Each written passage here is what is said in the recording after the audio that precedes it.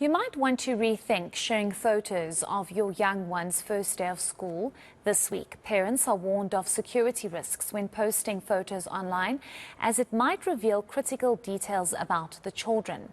Many children will be starting grade R and grade 1, while for others it's back to school on Wednesday. Adrian Stanford, the Southern African Chief Technology Officer at cybersecurity company ESET, joins me for more on this. Thank you so much for your time, Adrian. We do appreciate it.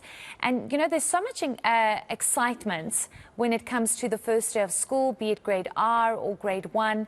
And, you know, innocently, I think parents decide to post. But there are major security risks when doing this. Maybe just speak to us about that. Hi, good evening, Heidi, and thanks so much for having me on the show. And you're absolutely correct. It is a seemingly innocuous and innocent practice of sharing, these really important moments of our children's lives online. But you're absolutely correct in saying that there are risks associated with those. And so we should talk about those. I think there's a couple of them, and maybe where we should start is the issue of privacy. So when you post online, you are effectively removing some element of privacy from your children's lives. And it might seem harmless at first, but we never quite know how our children might feel about this in future.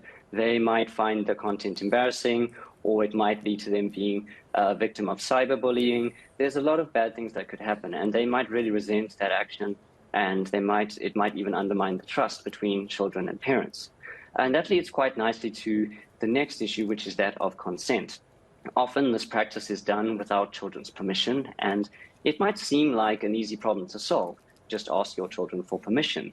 But I think it's a little bit more complicated and nuanced than that if you consider the fact that we as adults often maybe don't make the wisest judgment calls on this kind of behavior in our own lives.